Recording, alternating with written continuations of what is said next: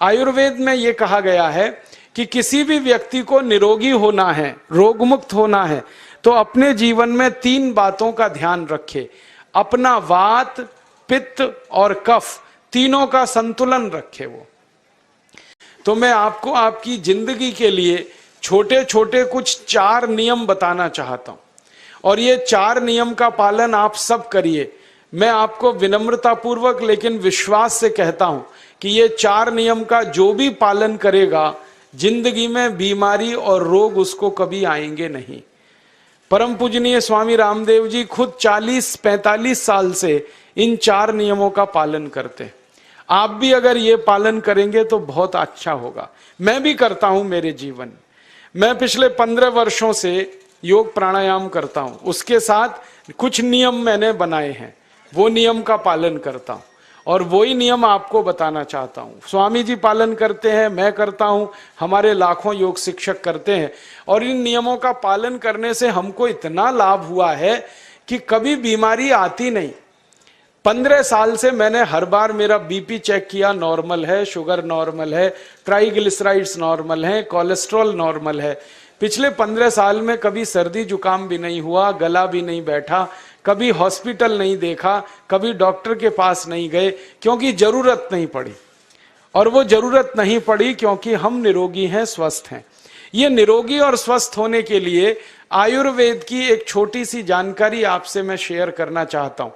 आयुर्वेद में यह कहा गया है कि किसी भी व्यक्ति को निरोगी होना है, रोग मुक्त होना है, तो अपने जीवन में 3 बातों का ध्यान रखे।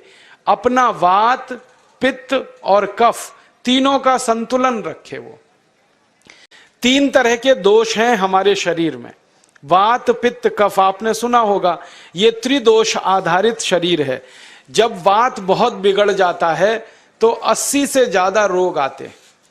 जब पित्त बहुत बिगड़ जाता है तो लगभग 46 से 50 रोग आते हैं, और जब कफ बिगड़ जाता है तो 28 रोग आते हैं, और वात, पित्त, कफ तीनों बिगड़ जाएं तो 148 रोग आते हैं।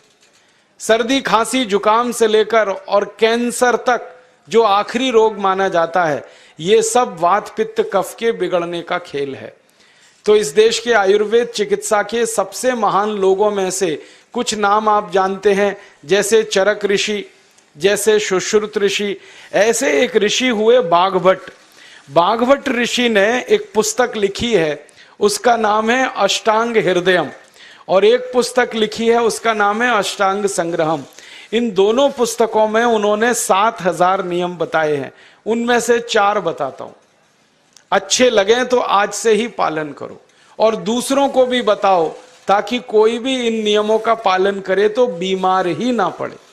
ये चारों नियम हैं वात, पित्त और कफ को संतुलित रखने के लिए। अब वात, पित्त, कफ तीनों एक साथ आपके संतुलित रहें, तो उसके लिए पहला नियम है खाना खाने के तुरंत बाद पानी नहीं पीना। ये पहला नियम। आप बोलेंगे ये तो बड़ी मुश्किल बात है, खाना खाते ही पानी पीते हैं हम तो सबके सब, और बिना पानी पिए खाना ही नहीं खाते। कई लोग तो खाने से ज्यादा पानी पीते हैं, खाना कम खाते हैं, पानी ज्यादा पीते हैं।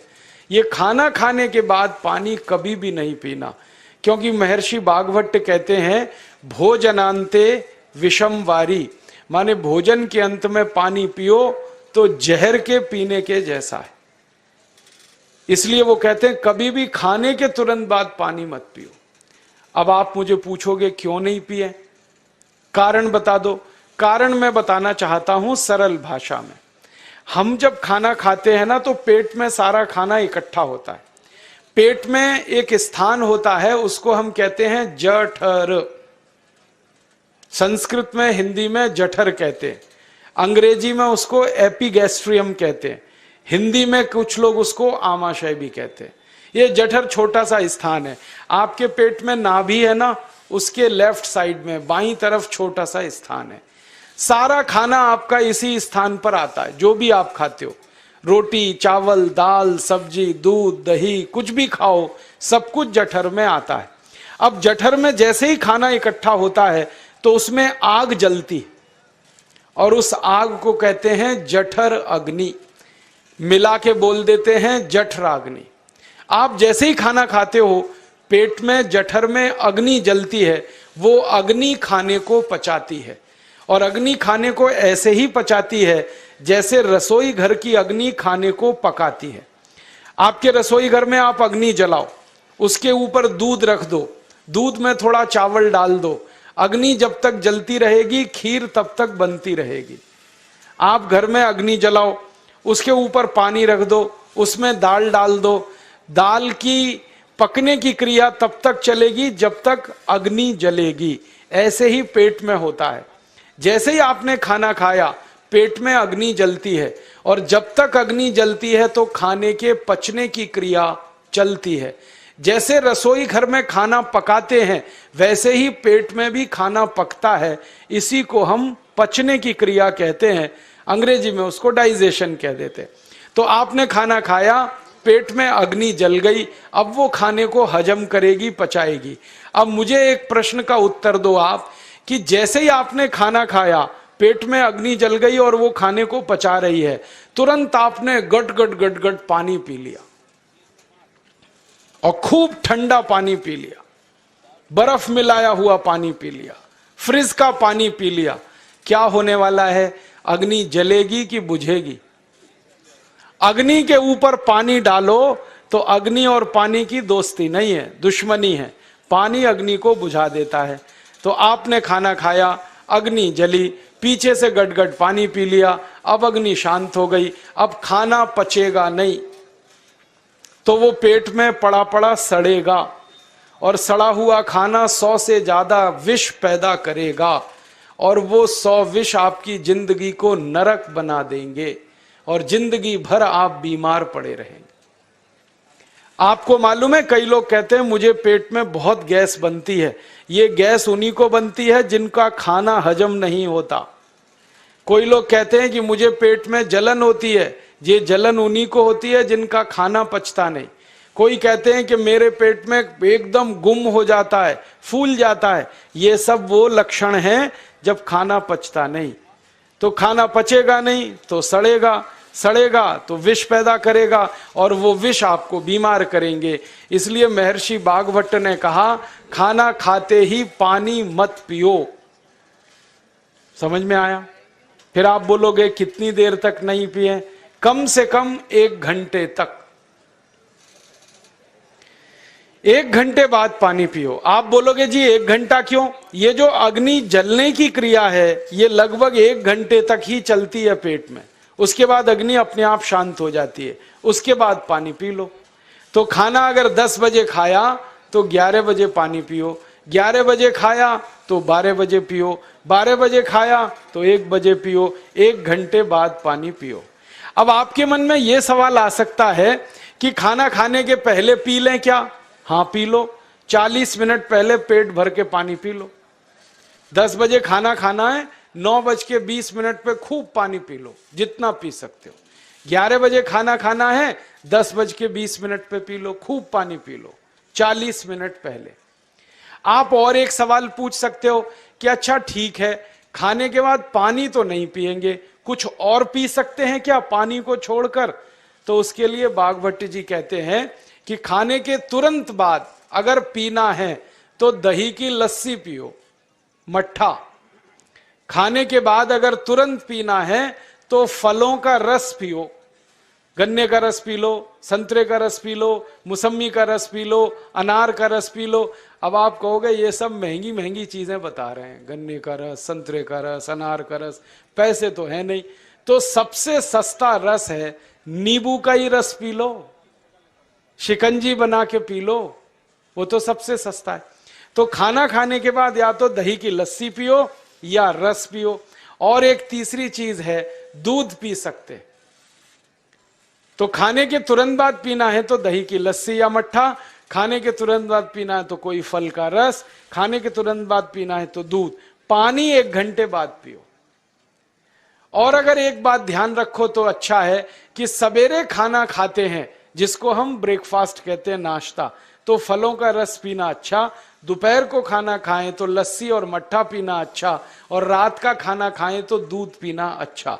जो लोग इस नियम का पालन कर सकते हैं, जिंदगी में कभी भी 80 रोग उनको नहीं हो सकते।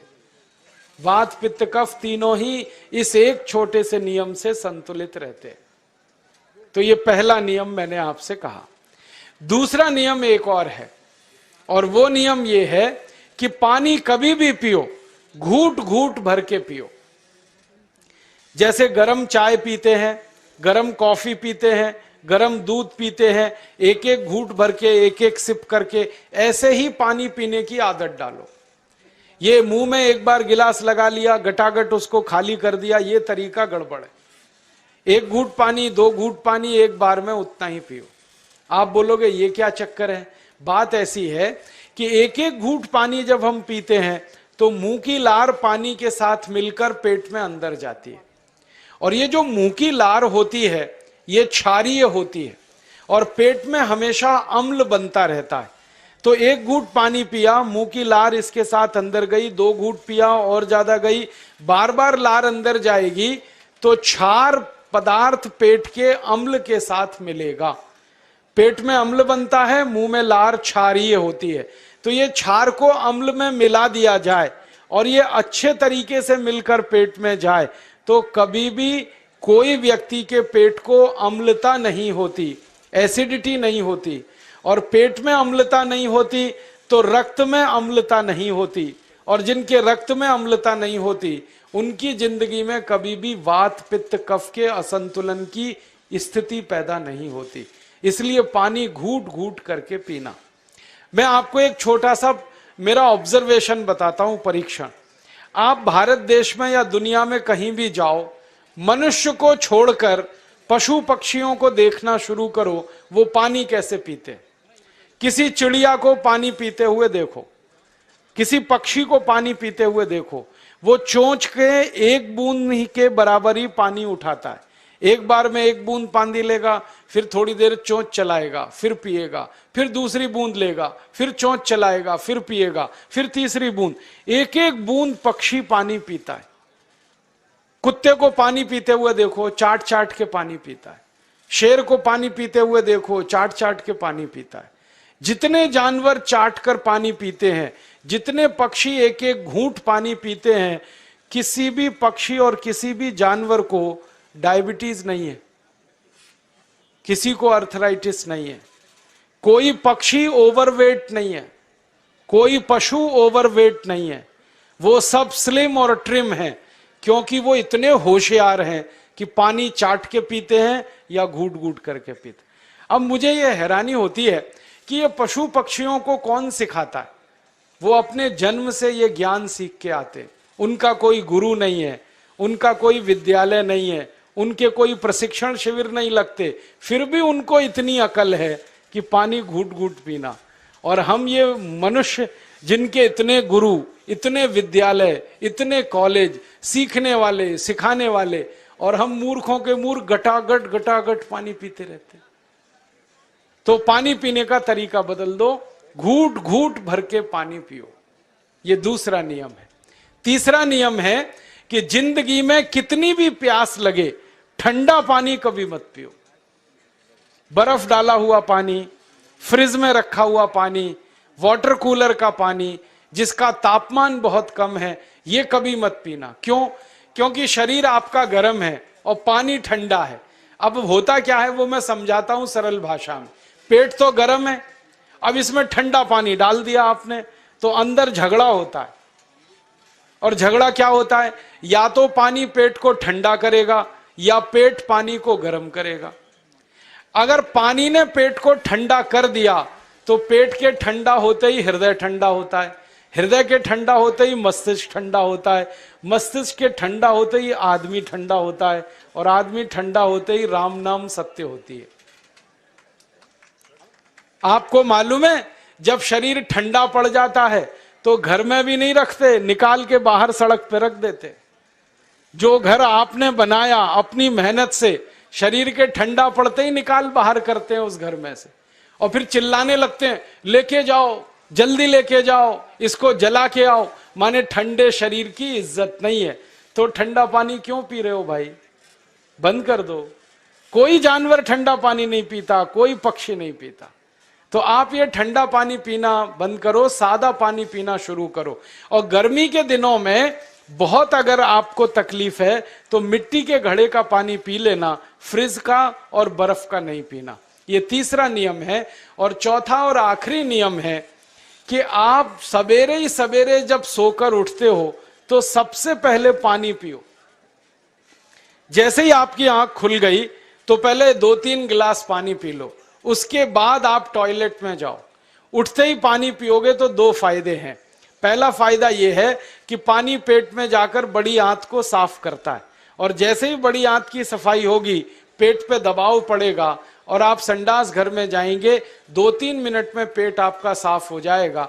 जिनका पेट सुबह एक बार में साफ हो जाता है उनकी जिंदगी में कभी रोग नहीं आता। इसलिए सुबह सुबह उठते ही पेट साफ होना जरूरी है। और उठते ही पानी पियोगे तो मुंह की जो लार है वो पानी के साथ मिलकर अंदर जाएगी। सुबह पेट में एसिड की मात्रा ज्यादा होती है, इसलिए लार का पेट में जाना बहुत जरूरी है। इसलिए सुबह उठते ही पानी पीना बहुत जरूरी है। ये 4 नियम हैं आयुर्वेद के। पहला नियम, खाना खाने के 1 घंटे बाद पानी पीना। दूसरा नियम, पानी को हमेशा घूट घूट भर के पीना। तीसरा नियम, कभी भी जिंदगी में ठंडा पानी नहीं पीना। और चौथा और आखिरी नियम, सवेरे उठते ही सबसे पहले पानी पीना। 4 नियमों का पालन जो भी अपने जीवन में कर सकता है वो वात पित्त कफ तीनों को संतुलित रख सकता है। और जिसका वात पित्त कफ संतुलित है उसके जीवन में बीमारी नहीं आती है। और जो बीमार नहीं पड़ते हैं वो स्वस्थ और तंदुरुस्त और सुखी रहते हैं। उनकी जिंदगी का खर्चा कम होता है और देश का भी बहुत सारा पैसा बचता है। आपको शायद मालूम है या नहीं, 1 साल में हम जब बीमार पड़ जाते हैं भारतवासी तो साल का करीब 6 लाख करोड़ रुपया हमारा खर्च हो जाता है उन बीमारियों का इलाज करने में। इसलिए इतना पैसा फालतू में हम खर्च करें हर साल 6 लाख करोड़, ये बहुत बड़ी रकम है। इससे बेहतर यह है कि हम बीमार ही नहीं पड़ें और स्वस्थ रहें, सुखी रहें। और ये 6 लाख करोड़ का जो खर्चा हम करते हैं बीमार पड़ने पर, अक्सर ये एलोपैथी की दवाएं खाने में खर्च होता है।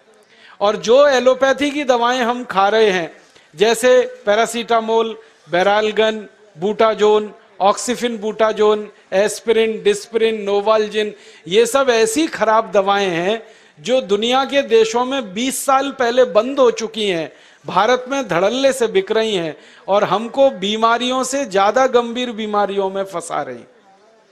ज्यादातर दवाएं जो आप खाते हो वो किडनी खराब कर देती हैं, लीवर खराब कर देती हैं, आंतों में घाव कर देती हैं, विकलांगता आ जाती है, पैरालिसिस हो जाता है, ब्रेन हेमरेज हो जाता है, हार्ट अटैक आ जाता है। दुनिया में लगभग इस समय 84,000 दवाएं बिकती हैं और आपको सुनकर हैरानी होगी उनमें से मात्र 117 दवाएं हैं जो काम की हैं, बाकी सब बेकार की दवाएं हैं। उन बेकार की दवाओं को खाकर हम 6 लाख करोड़ खर्च करते हैं। ये बहुत दुख और अफसोस की बात है। और ये 6 लाख करोड़ का खर्चा समाज के वो लोग करते हैं जिनको जिंदगी में हर समय अपना आर्थिक स्थिति को देख के चलना पड़ता है, जिनकी आमदनी बहुत नहीं है, जिनके घर में आमदनी के बहुत ज्यादा साधन नहीं है, उनको ये पैसा खर्च करना पड़ता है। तो कई बार क्या होता है, किसी का घर बिक जाता है, किसी का खेत बिक जाता है, किसी के घर के गहने गिरवी रख जाते हैं, किसी को कर्ज लेना पड़ जाता है, किसी को कर्ज लेकर दोबारा कर्ज लेना पड़ जाता है। मैंने इस हिंदुस्तान में पिछले 15 साल के प्रवास में देखा कि गांव-गांव के गरीब किसान कर्ज ले लेकर ये महंगी दवाएं खाकर इलाज करते हैं, डॉक्टरों को पैसा देते हैं, दवा कंपनियों को देते हैं, और वो पैसा फिर इस देश में से दूसरे देश में चला जाता है, क्योंकि अक्सर ये दवाएं बनाने वाली कंपनियां विदेशी होती हैं। तो हम 6 लाख करोड़ खर्च करें अपने खून पसीने की कमाई का, उससे अच्छा ये है बीमार ही ना पड़े, दवा खाने की जरूरत ही ना पड़े, तो हम सुखी रहें, स्वस्थ रहें। तो योग प्राणायाम करें, 4 नियमों का जीवन में पालन करें, बहुत आसान है आपके लिए।